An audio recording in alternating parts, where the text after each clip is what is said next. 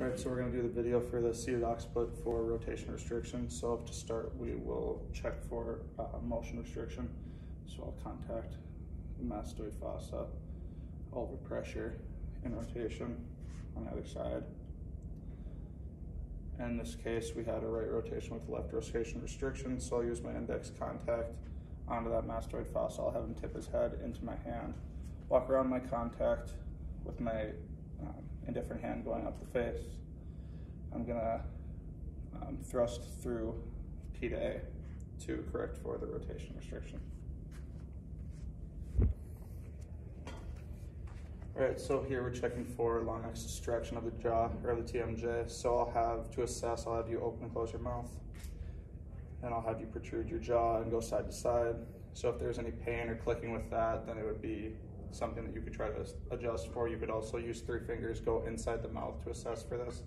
But to correct for this, I'll have you lay on your back. And if we'll say the issue is on the right side, I'll have you face the left with your right side up. I'm gonna use a pisiform contact on the TMJ, and I'm gonna long axis distract down the eminence of the jaw. So I'll just give a light thrust down the jaw to try to correct for that restriction. All right, so we're gonna be doing an assessment and adjustment for a rotation with an ipsilateral lateral flexion. So to assess for joint mobility, I'll have you put your hands up on your shoulders, put your elbows together. So we'll take him through some motion palpation with extension, flexion, rotation, lateral flexion. Bend forward. You rotate.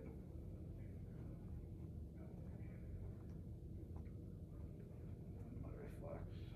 We'll do the same thing.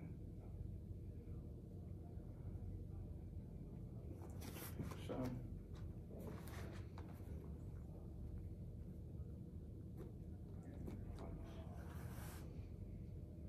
So then if you found a restriction with that, I would have the patient lay on their stomach.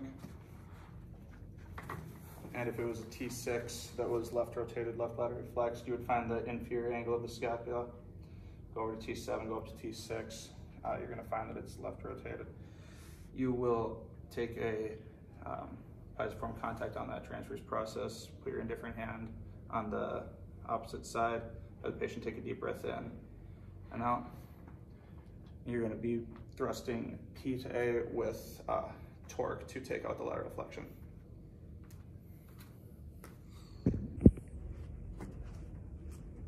All right, so we're assessing for internal and external rotation restriction of the shoulder, so I'll have you lay down on your back. So first we'll passively go through, or we'll have the patient actively go through range of motion, so I'll bring your arm out passively. So I'll go through external and internal rotation on either side to see if there's a restriction. So then if there was a restriction of the glenohumeral joint in internal rotation, you would try to stretch and then potentially adjust the joint. So have him laying supine, I'll contact the bicep with both hands, internally rotate and long axis distract, and I'm just going to be thrusting 3 times with a very slight thrust just to try to increase the internal rotation. So then I'll reassess and see if the internal rotation has improved.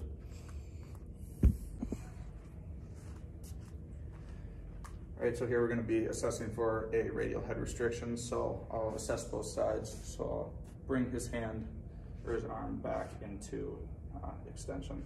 I'm going to rotate the arm into pronation and assess the radial head to see if it's moving like we would want it to.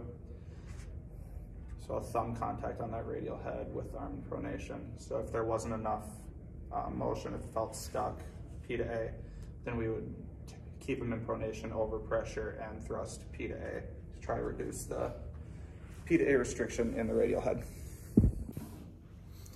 All right, so we're going to be assessing the carpals of the patient's right hand. So to assess for this, I'll have the patient lean away. I'm going to take a index contact on the carpals and then use my thumbs as blocks for the other carpals. I'll have the patient lean away, and I will take the patient into flexion and give a slight thrust A to P to see if there's any restriction. If there is a restriction, I'll just do that same motion.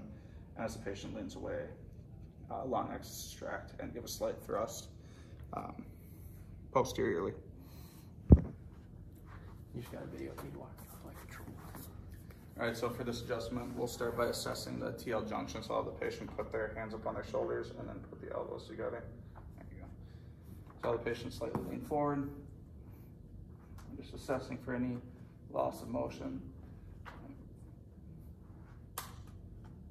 So if that was flexed with an extension restriction, we would have the patient put their feet off the end of the table, use the thoracic board facing sideways with the hard side up, and I'll have the patient give themselves a self-hug. I'm going to be using basically this V contact and putting their elbow in between my chest and my hand.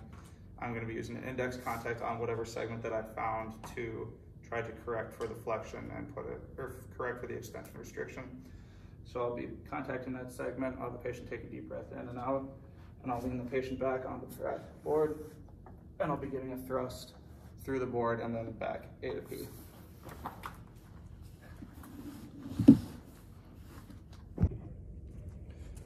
All right, so here we are assessing for the motion of the hip. So we'll just start with the left side. So we're just gonna do a log roll here really quick to see if there's any restriction in internal or external rotation. We'll do the same thing on the right leg. So if there was an internal rotation restriction right there, we would do the wax on to try to put him into internal rotation. Contact there, long axis distract on the leg, getting a squat, making sure not to bend over at the low back. And also to keep the patient from sliding, if they were, you could have them put their hands under their butt.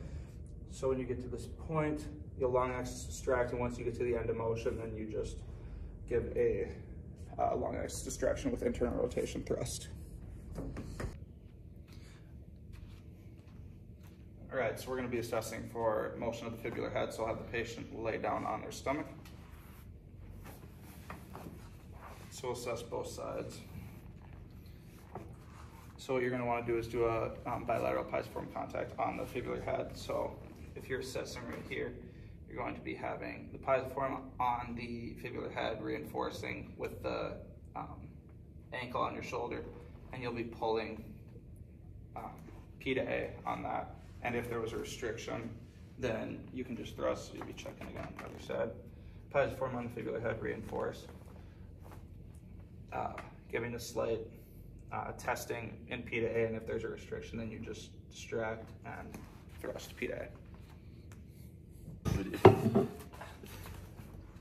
All right, so here we're going to just be doing a mobilization of the right big toe. So to do this, you're going to take a pincer contact on that big toe, stabilizing the rest of the foot, and this is just a mobilization. So as you distract, you're just going to be going into flexion, extension, lateral flexion either way, and then rotation to either side.